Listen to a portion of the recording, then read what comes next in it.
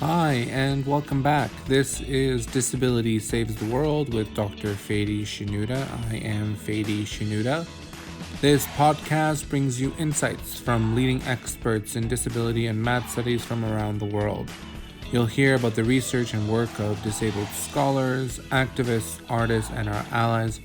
You'll also get some insight into their lives, their favorite non-DS activities, hobbies, and adventures. Most importantly, you'll get to hear how they think disability can save the world. My name again is Fadi Shinuda. I use he, him pronouns. I have a PhD in public health sciences and I am currently a postdoc at the City University of London. I identify as a fat, disabled cis man of color. If you would like to know me a little bit more, please check out my work at fadishinuda.com. On today's show, I am joined by Dr. Chelsea Jones. Chelsea, who uses she, her pronouns, is many things: an instructor at Ryerson University, a research associate at Revision, the Center for Art and Social Justice, and a fellow podcaster with her own show, Prodigies, a learning and teaching podcast. Chelsea has also been teaching disability studies online or in a hybrid capacity for almost a decade. I'm so thrilled to have her on the show to talk to her about her work and research. You know, we have to remember that online education is a massive industry under a neoliberal model of education that has a vested interest in commercializing its delivery. And her life outside of academia. So I learned to bake almost online through my mom, and I like baking because it gives me like immediate satisfaction. And to ask her the seminal question, how she thinks disability can save the world.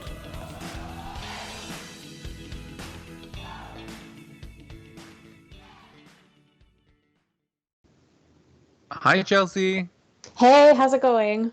Good. Thank you for coming on the podcast. Thanks for having me. I really appreciate it. We're still both in quarantine. It's like Yeah.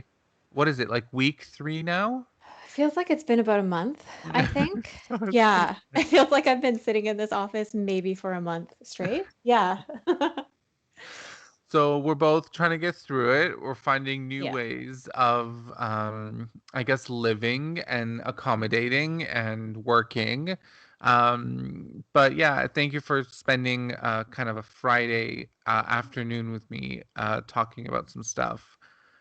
I want to Mhm. jump right into segment 1, what I call inside the project, the research, the work, the art. I Okay. want to know how you got involved, why disability studies, why math studies as a discipline.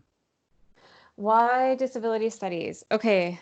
That's a really that's a really interesting question, and it's a nice one to kind of reflect upon because sometimes when you get into your daily routine, I don't know, it can just be nice to think about sort of where it all started. So we have this joke in my family that everything I write or anything I say starts with the phrase, my brother Kevin.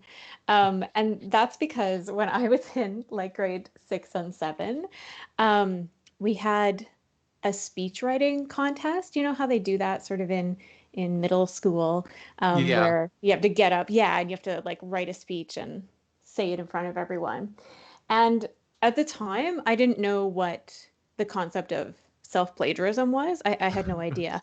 And so in between these years, my family moved from one town to another town in Saskatchewan. And so in grade 6, I wrote this speech called My Brother Kevin, and it was about my brother who has an intellectual disability. At the time he was a kid like me, and now he's a adult with an intellectual disability who doesn't communicate in normative ways. And then in grade 7, I just recycled the same speech because I was at a new high school and I didn't know that that was self-plagiarism. And I won both years. And so I learned really quickly that like audiences were responsive to, speaking about disability in kind of resistive ways or ways that were resistive for me at that age. Um, And so, anyway, the joke in my family is that all my work starts with my brother Kevin, which of course isn't true. But a lot of my work does come back to my relationship with my brother, which is sort of my familial connection to intellectual disability. And among some circles, such as in institutional survivor circles and um, sort of points of disability community like that, I'm known, as other people are known, as like a sibling or as a sister, meaning that I'm in close familial relationship with someone with an intellectual disability. And sometimes my disability studies interest and scholarship and activist work is grounded in that understanding. Um, so, for example, later on in my life, I was working as a journalist. My background is in journalism, and I was living in Nepal. And while I was there, one of the things I was doing travel journalism, but I also began doing some journalism about disability. And I had been trained in journalism school to tell disability stories in a particular way. And I Yeah. think a lot of us, yeah, like know what that way is, kind of focusing on the super crip or like overcoming tropes and that sort of thing. And I knew I didn't like that. Like I felt like there was something wrong with that kind of narrative, but I didn't really know what. And while I was in Nepal, I noticed that I was trying to tell stories about disability, but I just wasn't finding disability anywhere. Like I couldn't, for example, even sort of see disabled folks on the streets. And I didn't know why. And, of course, there was invisible disability and madness and all sorts of things present, but it wasn't as obvious to me as it was in my home country of Canada. So I began looking into that a little bit more and trying to write more critically about disability and understanding it through like a non-Western lens and trying to figure out what was happening in Nepal and why it felt so new to me. And in doing that research, I learned about disability studies. I saw on television, actually, I think it was on Vision TV, a clip of the iconic Catherine Frazee. And she was talking about the social model of disability, which at the time was a concept I hadn't heard of, I didn't understand. And so I traveled to the University of New Delhi and found a disability studies textbook and began reading it. And it really kind of opened me up to a different sociocultural understanding of disability, one that I hadn't learned in journalism school. And it began to inform my storytelling.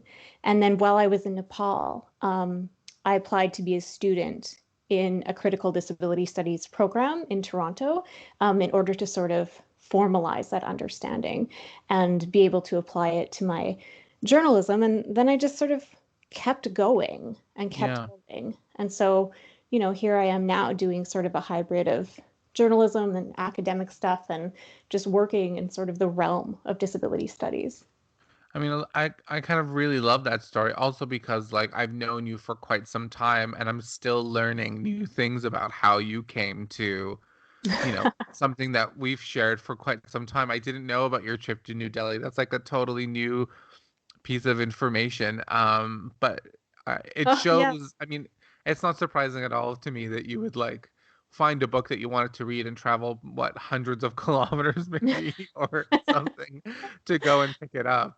I know. I'm so thankful that these days it's easier to obtain books. But I mean, even after reading that book and after feeling like, okay, I have a sense of what disability studies might be, I was still faced with like this material sort of incompatibility of how I was thinking about disability and how it was being lived out in the world. So, for Right. example, when I came back from Nepal, I had a filmmaker and a couple people who were part of his company approach me and ask me if I would like to go back again and make a documentary with them about the difference between how people with Down syndrome lived in Nepal, which really was, starkly different than what I had known growing up in Canada, and how my brother lived in Canada, right? And I could see how they could sort of pull two narratives out of that and want to do that comparison. And in a way, I thought it was kind of interesting because one of the things that happens in Canada is that, you know, school systems are regulated by law, right? Like you have to send your kids to school. And of Right. course, we can have wide, vast debates about the adequacy of school systems, but you know, you have to school your children. Whereas in Nepal at the time, kids didn't have to go to school. That wasn't the law there. So it was a big privilege for some kids to go to school.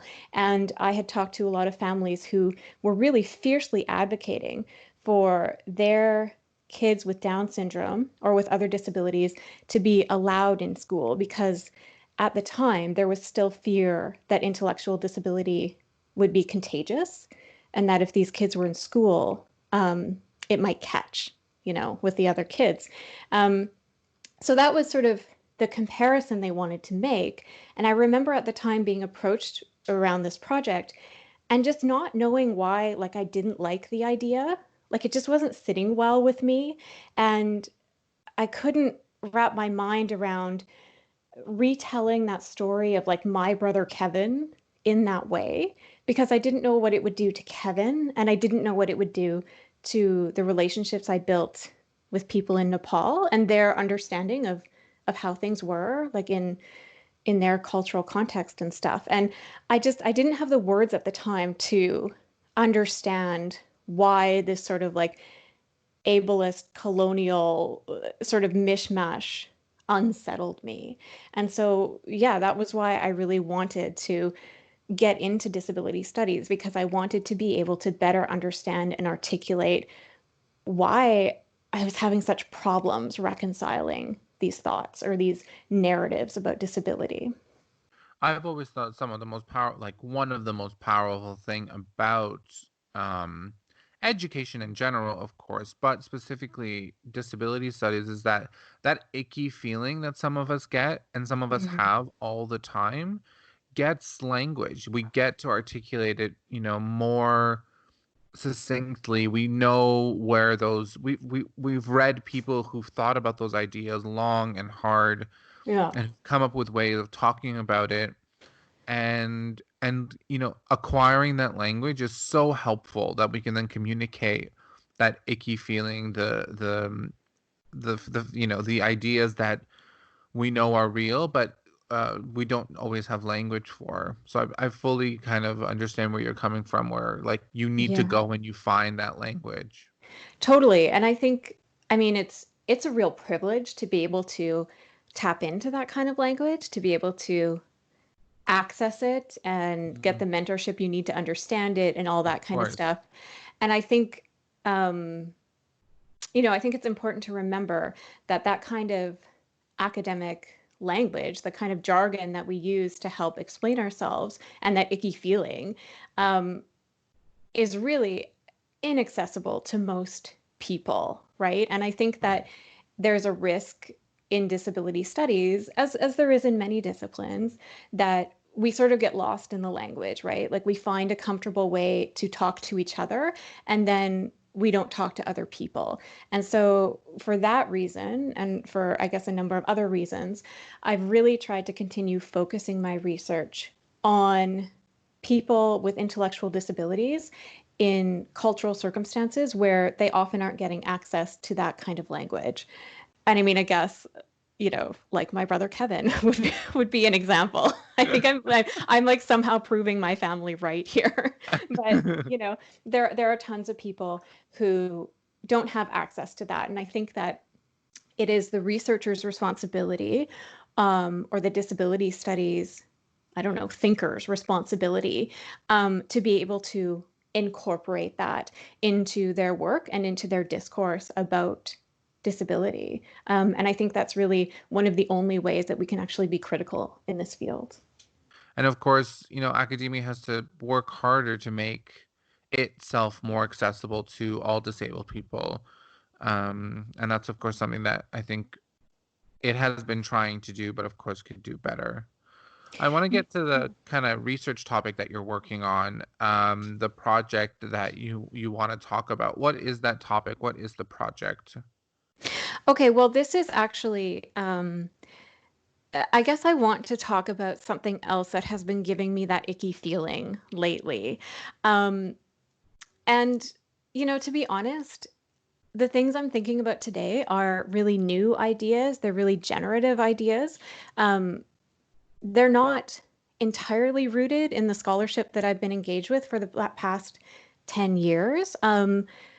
But I think there's connections there. And because they're so new, like I just want to talk to you. I just want to swing around some ideas, right? Like I don't feel like I'm here on this podcast to like do my job talk or, propose a project or whatever. No, But please don't do that. No. no, no. But I mean, so the thing that's giving me the icky feeling these days is this sudden and very abrupt push for online education. Mm, Yeah, and I mean this has come up in recent days because of the COVID-19 pandemic and the need for our industry to keep going, right? And I'm thinking of the industry of teaching and learning, basically. Um, so I don't know about you or about the listeners who might hear this, but I know that many people in my circles received sort of a very sudden notice a couple weeks ago that all of their courses would be moving online and they were to learn how to teach online very quickly and transfer all the knowledge to an online space. And the assumption was that students would somehow be able to access this and be able to sort of catch on and keep up. And there seemed to be sort of a tenor of like, the institution saying, we know this might be difficult, so here's a bunch of tools, here's a bunch of checklists, here's a bunch of ways to make your course accessible. And this was really interesting to me because as someone who's been teaching online for, 8 or 9 years, and trying to make my classes as accessible as possible within the institutional confines and the platforms that me and my students can access, it was the first time that I've ever seen this push to make online learning accessible, like an institutionalized push. And that at first glance seems like a really positive thing, right? The more we can do to make things accessible, the better, right? Like let's get some captions going, let's get some of transcripts course. out Yeah. there, all that kind of stuff. And so that's good, right? I'm glad that that's out there. But it did give me that sort of that feeling that comes along when you begin to realize, I think that we need to look at something a lot more critically, right? So, I mean, our engagement with online education really critically complicates ideas of accessible teaching and learning, right? When we think about disability studies online, it is not a quick transfer from the classroom to online. There's a lot to consider, right? So think about how, for example, the neoliberal university does a lot of strategizing around diversity. And you can see that in some of the materials that are being outputted right now.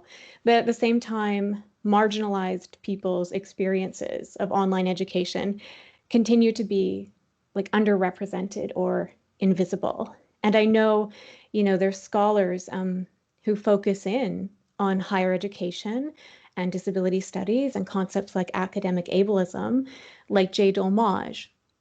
And I have heard him say in a few different contexts that it's really common for conversations about accessibility to make like zero mention of disabled people and Mm, the struggle for recognition of disability culture and disabled people's contributions to knowledge and activism and theories that inform like entire fields of study, tend to be overlooked as we think about accessible online education. At the same time, another sort of paradox is that we have this legislation in Ontario anyway, and in other parts um, of Canada, where we're directed on how to build accessible courses or how to make learning and teaching more accessible. But at the same time, the courses themselves are embedded in academic ableism. And academic ableism tends to be this type of ableism within academia that ensures that students who are thinking or moving or expressing themselves or learning in ways that are not aligned with the norm cannot succeed. And many of our examples of academic ableism come from the face-to-face classroom, right? We can point to sort of structural examples of how that works. We can also point to rhetorical examples, thinking about sort of who's invited to the university spaces, thinking about eugenic discourse and how it perpetuates itself, right? And now I Mm-hmm. think we need to think about how those structural gestures of ableism and the rhetorical ones are transferred online, right? Especially through these sort of like teaching tips, right? And we consider how when we get these teaching tips, the precariousness of teaching labor remains hidden. So we've got this sort of reach of online education that is expanding in an unprecedented way right now. I mean, the shift online is massive, it's a huge wave, but without a lot of critical reflection on how teachers and learners and developers and everyone involved in this massive industry um, is working to fit themselves in to what used to be sort of the outskirts of teaching Yeah. and learning, right? Yeah. It's a really compelling question about like who is access for, when is access being, um, when is access being appropriated, when is access being denied, when is access, um, for the common good. It's like it's interesting and compelling that all of a sudden, we're all going online, and like you said, we're supposed to be doing it accessibly, but it's disability is never mentioned in those conversations. I'm wondering if you can give the audience a sense of like the time frame the people have been given to go online, and really how long it actually takes to build an online classroom. Yeah, I mean, yeah, that's a great thing to think about. And I think how long it takes to build an online classroom really depends on who you are and what resources you have at your disposal and what kind of Hmm. institutional support you have and all that sort of thing. Um, but I would say it should take um, several weeks, perhaps. I mean, given sort of the resources I'm familiar with, working at a big institution in Toronto that is used to online teaching and learning, it would take several weeks to develop a course and effectively put it online. And recently, a lot of my colleagues who are also working at these big sort of similar institutions were given about 1 or 2 weeks to transfer everything online. And a lot of that transfer came with the assumption that students would be able to access this material. Right. And I think, we see that also in the public school system. And we see that this access, this sort of imagined access, is is a fallacy. Like CBC reported yesterday that school boards are having difficulty equipping students with laptops and are telling parents to head to school parking lots I to access know. Wi-Fi. And, I think that demonstrates the ways in which access to this mode of learning is a fallacy. However, that is also in tension with the understanding that we can't be in the same place at the same time right now. Um, and we have to continue communicating. We have to do something about this, right? So, I think about Aisha Ahmed wrote this really lovely article in the Chronicle of Higher Education. And she wrote about this pandemic crisis. And she said in the article, quite blatantly, like, there's simply no way that our lives will resume as if this had never happened. Yeah. So, yeah, we're kind of stuck here, right, in this new wave of online learning, which is no doubt part of the trajectory of the sort of techno-social intellectual revolution that we are part of. Online learning is here, and here to stay in a big way, bigger than ever before. But I think it's important that we look at it critically, because even though we're in this sort of unprecedented situation where we've had to transfer online in a very short amount of time, if we're here for the long haul, that gives us some time to think critically about it. And I think one of the big pitfalls of online education to this point is that it hasn't always been developed in consultation with disabled, deaf, mad people, who have a lot of community knowledge about what it means, to be working online, and what it sometimes means to be working apart from one another. Yeah, I mean, this is a great conversation. I mean, one that I think will need to happen. I'm glad is happening early on in this kind of, everything being transferred online. I think it'll continue to happen as you say. But I do hope that, disabled communities are consulted. In fact, many of the things that we use online, the technologies that we use, were invented for, if not by, Mhm. disabled communities, so that they could communicate, that they could access the world, right? Just the idea of, like, text messages was like, the original idea was for deaf people to communicate, right? So that they could Mhm. talk to each other. So just, those things are, it's so important to acknowledge their kind of history, how they're going to be used, how potentially they're going to be appropriated, how we can fight back against that. What's really interesting is, I think I don't know where I read this or who I heard this from, but a friend of mine, I think, told me that they're giving away computers to students, like Mm. laptops to students who don't have laptops. This is like universities are doing this. And it's so interesting to think of, like, the hurdles that disabled students have had to jump through.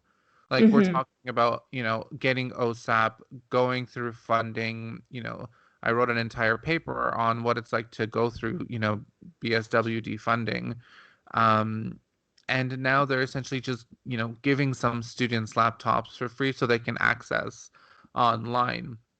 What it tells me Yeah. is that, like, they could have always done that, right? Well, exactly. And I think a lot of what we're going through right now that feels to many people like a big change, and I've been describing here as like a massive shift, is um, something that some disabled people have been quite used to for some time now. And there's lots to learn from those folks. Yeah. And I think that the things that we learn are not always going to be things we want to hear, right? So I think about well, I think okay, I guess I have two things to say about this. The first is that if we're going to make a commitment to accessible online pedagogy, we do need to have meaningful consultation and listen to what disability communities are telling us about education, and that means being very wary of moments when disabled people's stories are co-opted for institutional gain. Right. Because, make no mistake, like the online education industry is a big industry. There's a lot of Huge, stakeholders massive. involved. Yeah, yeah. And there have been some recent reports. Inside Higher Education also published something recently where they cited evidence from a report. One of the authors is a person named Sandy Baum, who said explicitly that there is considerable danger that moving vulnerable students online will widen attainment gaps rather than actually solving the problem of unequal education opportunities. So, what we're learning in recent God. research is that online education has failed to improve affordability, and it costs more than face to face options, and it's really overrepresented in the for profit sector. And there's been a lot of critiques of that report, and certainly all education should be critiqued and open for criticism. But we have to remember that online education is a massive industry under a neoliberal model of education that has a vested interest in commercializing its delivery, right? And so when we consult with disabled people, it can't be superficial consultation. Mm. And I've seen that happen time and again. And I can think, for example, of one instance where I was at an online teaching edu- um, where I was at an online education conference, and I went to a session about an online teaching platform. And at the session, there was a man who stood at the front of the room and he talked about his platform. And then, as an example, he Skyped in a woman with a disability who talked for about 10 minutes, but it really wasn't possible to understand what she was saying. And it wasn't that she was ununderstandable. It had nothing to do with impairment. It had to do with like a technological glitch. Like you just couldn't understand what she was saying. It was clearly like a Skype problem. You know, when you have a Skype problem and you just know that the other person isn't getting across, right?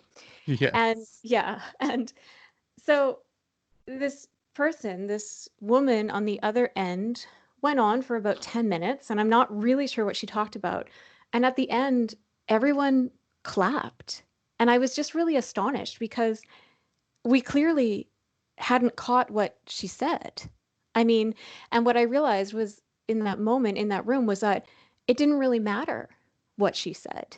As long as there was sort of a disabled person represented in the room, people were satisfied enough that online teaching and learning would be accessible and would be good for disabled folks.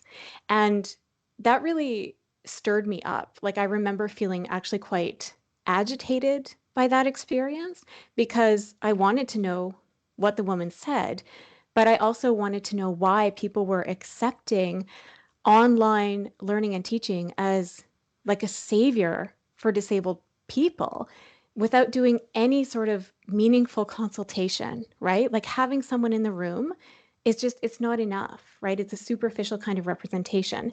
So I think that the consultation needs to be meaningful, it needs to be real.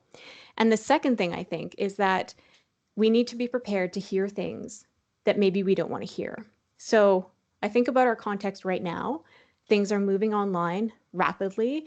We're trying to be accessible. Maybe we're following universal design checklists, that sort of thing, trying to make classes accessible, trying to get students through their semester. But at the same time, there's bigger concerns or maybe other concerns in disability communities. So I think about Rabbi Elliot Kukla wrote recently in the New York Times about this pandemic and what it was going to mean for themselves and for their community and for the disabled people and chronically ill people and older people living around them. And what he wrote was that disabled and sick people already know that stillness can be caring and that rest is disability justice. And right now, it is one of our most powerful tools to keep one another alive. So advocating not for like a surge in accessible online anything, but instead advocating for stillness and for rest. And if we listen to disability communities who might be saying, we need rest, we need a break, we need to take care of each other in ways that don't amount to just transferring classes online and keeping ableist industries going online, is that enough to satisfy what we need to hear, right? Does that satisfy academic ableism? Perhaps not. So yeah, I mean, I guess those are the two things on my mind right now as I think about how we can consider a critical approach to accessible online learning. And that is that we need to do meaningful consultation and we need to be prepared to hear what we might not want to learn in light of a crisis or in light of our own money-making industries going online. I'm so glad you're thinking about this, during the crisis and that you'll be thinking about it after the crisis. I know you've already written a little bit about this. I'm just glad that someone who's as smart as you and who's involved in like this, who's been doing this for quite some time is thinking about this and thinking about it so deeply. And so I appreciate that. And I look forward to kind of all the things that you come up with in terms in ways that hopefully answers these questions. Oh, that's very Um, kind of you. thanks. So I want to move on to segment 2, if you're all right with that. I'd like to Sure. ask you about Segment two is called The Middle, the Liminal. And I want to ask you, who's your academic crush? Who is someone you cannot stop reading or recommending? Okay, my academic crush. Okay, so there is someone who popped into my mind, but the word crush doesn't fit. Like I would never say to this person, like, you're my academic crush. It's actually someone I know. She's a mentor of mine, and her name is Nancy Viva Davis Halifax, and Oh, yes. Nancy, yeah, I know, and she's the best. Nancy is also a poet, and I guess I don't know if I would say Nancy is an academic crush because that feels weird, but I would say that I'm like a fan maybe in Yeah. some ways. And she's a poet, and I do have one of her poems tattooed on my ankle. So I think that makes me a fan.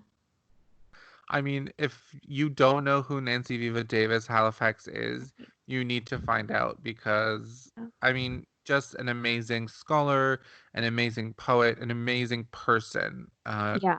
Truthfully, yeah.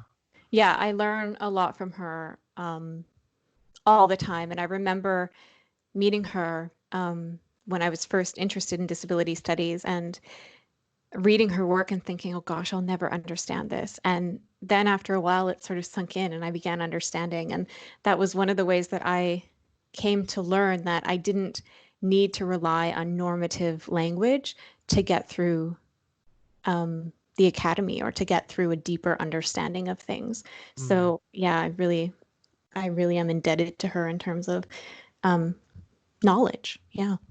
I think my favorite Halifax quote that she said personally to me was, Fady, misunderstanding is a type of understanding. And Yeah. I was like, and that was it's been really profound to me to think about like non-normative ways of thinking, understanding, communicating, expressing that we take as like not understanding, right? As misunderstanding and to reframe them as like, no, that just is another way of looking, feeling, expressing, and understanding the world. That's And right. yeah, Yeah. I've held that very deeply in my soul. It's like Yeah. it's like a Nancy arrow, right? It hits you and you're like, whoa. Yeah, yeah, exactly. And I think, those kinds of ideas that people like Nancy understand and teach us, they can inform our research methods. They can inform our approach and our Yeah. ability to sort of move between this ethos of academic understanding and language making into, for lack of a better word, like the real world, Yeah. where people are discussing disability in very real, lived out ways. And of course, those two things can intersect, and they do. But I think, for instance, about research I've done with people who are writing, like I've done research around expressive writing, and they're writing things on paper that I can't read. I don't understand the shapes and the symbols. And I think in other disciplines, that would be very quickly discounted as non-reliable data or as Yeah. invalid. But in disability studies, we can begin to look at it in a different way and account for our own misunderstanding as a way of understanding as the researchers. What does it mean when a researcher misunderstands or doesn't understand? And how can we count that as knowledge? That's wonderful. Um, do you have any advice for younger academics or students? I don't know if I have any advice. I mean, as someone who writes a lot, do you have any advice about writing? Yeah, I mean, I guess I can offer some advice about writing. Um, what I know about writing is that the only way to do it is to do it. Um, Mm, you just need to sit down and do it, and that is advice that I have received from mentors, and it can be really difficult to put it into action, but there's no use waiting for a moment of inspiration or something like that.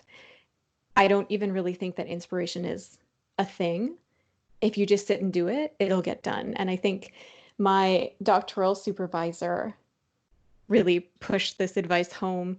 And one of the reasons I chose her as my supervisor is because she would say to her classes, often the best dissertations are the finished ones. And I thought, yeah, I think she's right about that.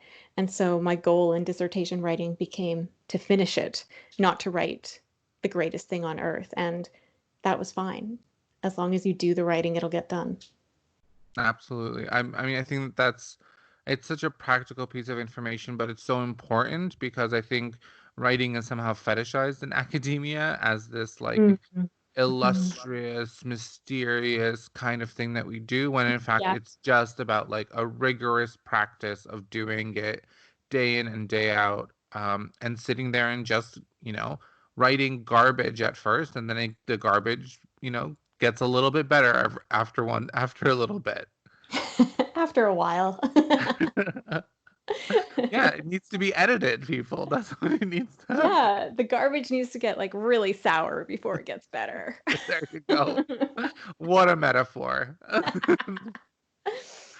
All right, segment three. I call this outside the project, the research, the work, the art. Oh, good. Chelsea, tell us about a famous person you've met and what was that experience like? Um, I haven't met a lot of famous people, but I will tell you about the time that I met Christian Slater. Um, Wow. well, don't get too excited just yet. I worked on a film set one summer, and this was in Saskatchewan, and the film company I was working for was making um, a film called Dolan's Cadillac, which is like, I think it's a Stephen King novel. You'll notice throughout this story that like my knowledge on Christian Slater or the film are really patchy. Like I really don't remember and didn't care much about the film at the time. It was just a summer job. And at one point in my job, the public relations person handed me an envelope and said, "These are headshots of Christian Slater. I need you to go find him and tell him to sign these headshots." And I was like, oh man, like I don't know what Christian Slater looks like. I don't know how to find this guy. And on a film set, sometimes like the actors and stuff are not in costume, right? They're doing other things on the set. So I was sort of looking around and I was looking for like a man. I knew he had dark hair. And I looked around and it felt like all the men in the room had dark hair. And I was like, but which one is Christian Slater? Like I really didn't know. So I opened up the envelope and I looked at this headshot and then I looked around again and I identified someone who I thought was Christian Slater. And so I went up to him and it was him, thank goodness. And, he took the envelope and I guess he signed the things, but he was very polite, very amicable. But I just remember like really not knowing who Christian Slater was. And I still think to this day, if you showed me a picture, like a lineup of people who look like Christian Slater, I don't think that I could tell you who he is. But I did meet him briefly and, he was nice. That's cool. I love that. Obscure fact. What obscure fact do you carry around and pull out when there's a lull in a conversation?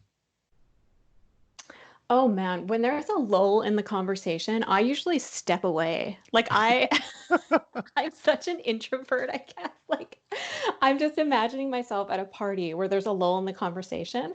I will not step up and fill it. Like I'll just step away and we'll never speak of it again.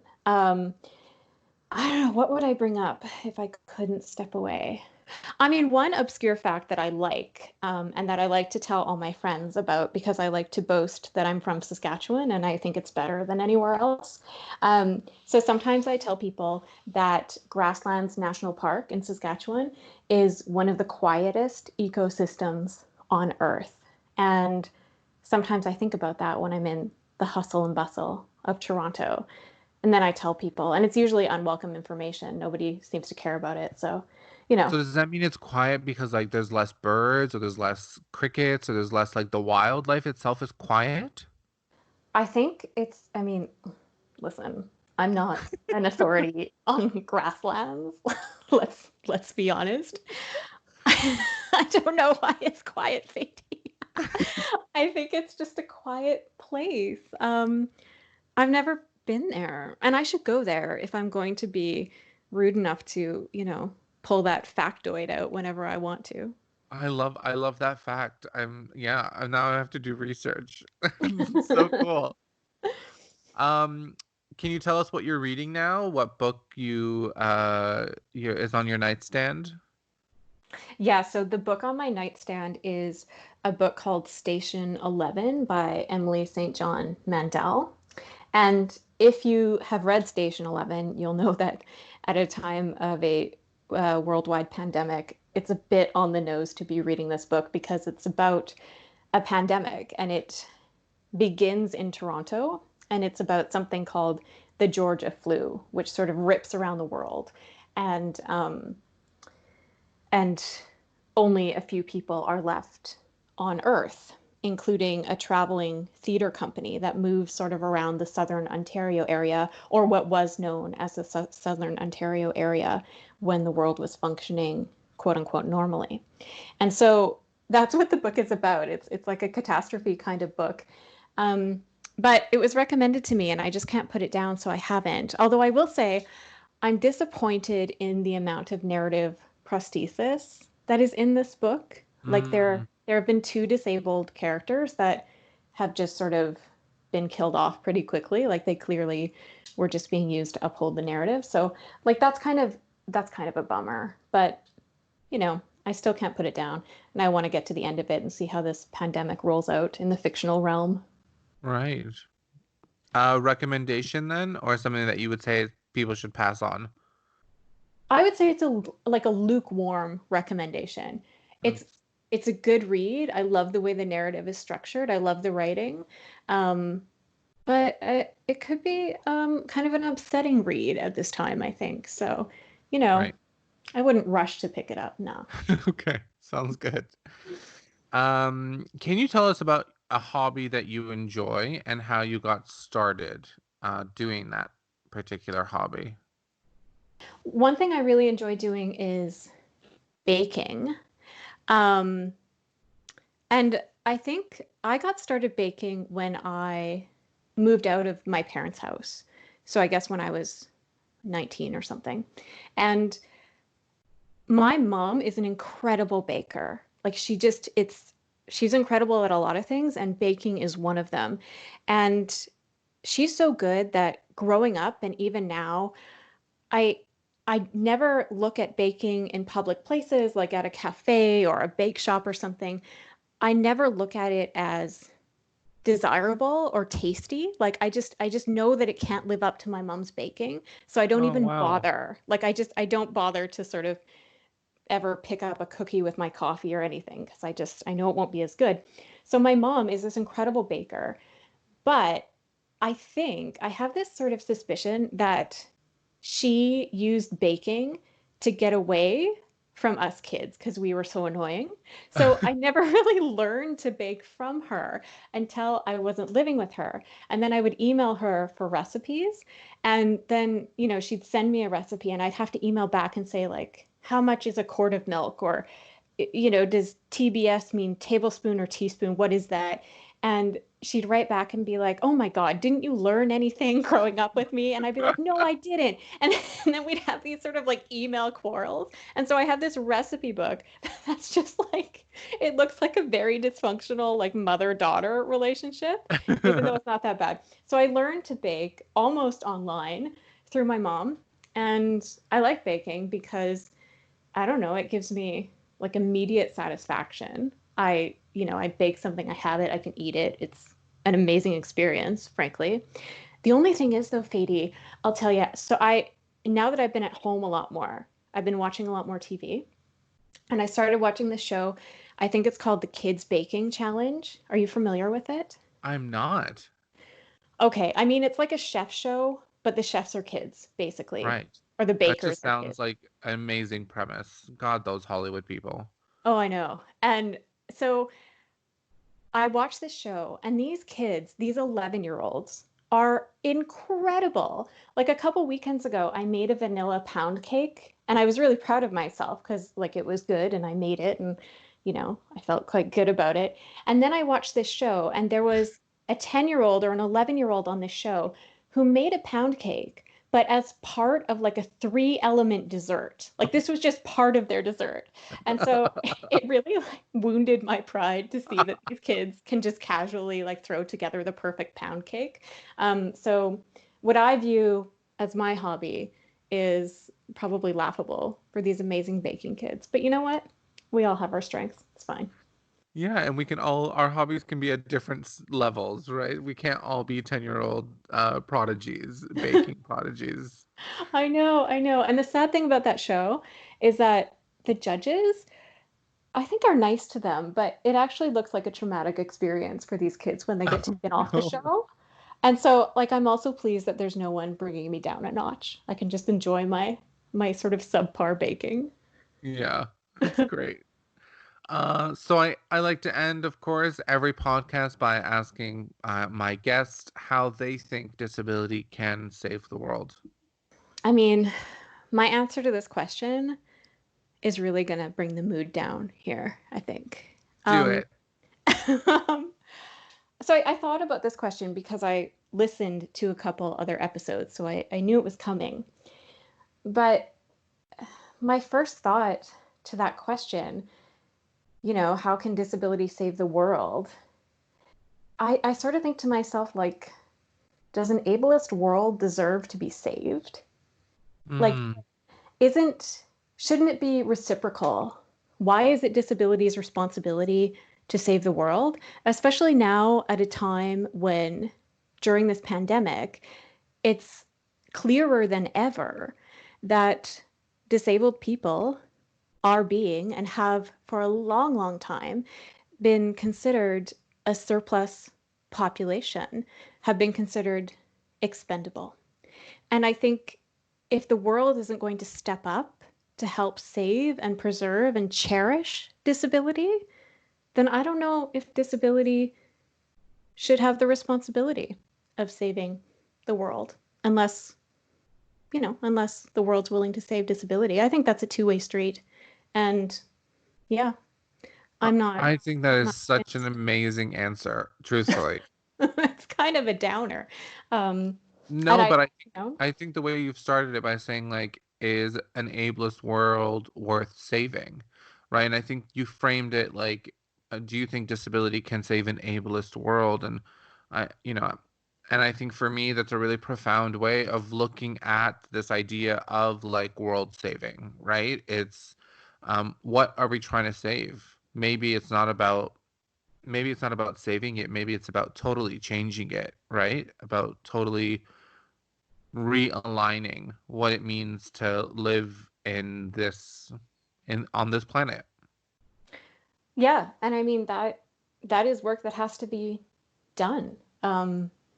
And that is work that is being done in the wake of this pandemic. And so I think it's a good time, Fady, to ask that question and to sort of challenge what people think disability can contribute to the project of world saving, which is something that we are all going to have to embark on in one way or another in the coming times. So we'll see what happens.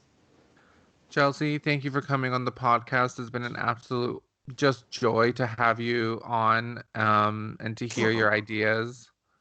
Well, thank you for indulging them. It's so fun to talk to you, Sadie. I really appreciate your thoughtful questions, and I'm looking forward to hearing more of this podcast. Thank you. All right.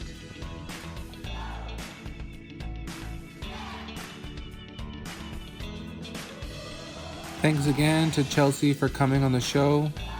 Get in touch with me by sending an email at disabilitysavestheworld@gmail.com. If you're interested in learning more about me, check out the website fadyshinuda.com. This podcast is hosted, produced, and edited by me, Fady Shinuda. Thank you for listening, and see you next time on Disability Saves the World.